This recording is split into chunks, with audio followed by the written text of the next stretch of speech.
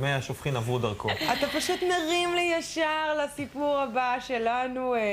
אתר מאקו מביא קמפיין חדש של עמותת צלול, קמפיין נגד השפד"ן, שזה טיהור מי השופכים של גוש דן.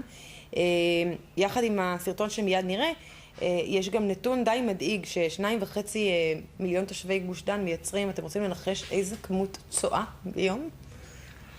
אני ממש מתגעגעת לחנוכה. את יכולה לתת מספרים, כאילו? לנחש מספר? מדובר ב10 זה טונות בטונות? של כן. צואה. 110 טונות ביום? 10 טונות צואה. 10. מעל 10. שמעתי 110, אמרתי, זה הבהיל אותי.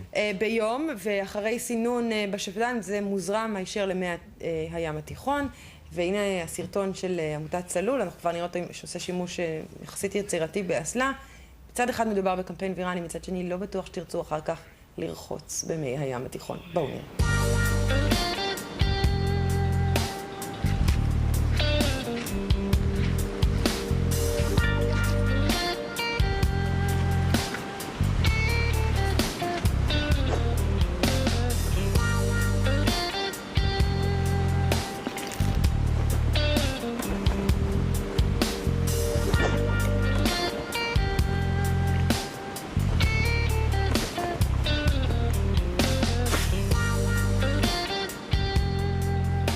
כן, אז זה אחד מתוך 4 סרטונים שמסתובבים, כולם עושים שימוש באסלה, וגורמים לכם קצת לחשוב, אוקיי.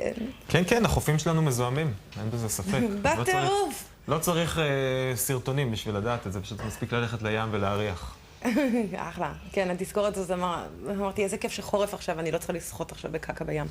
כן.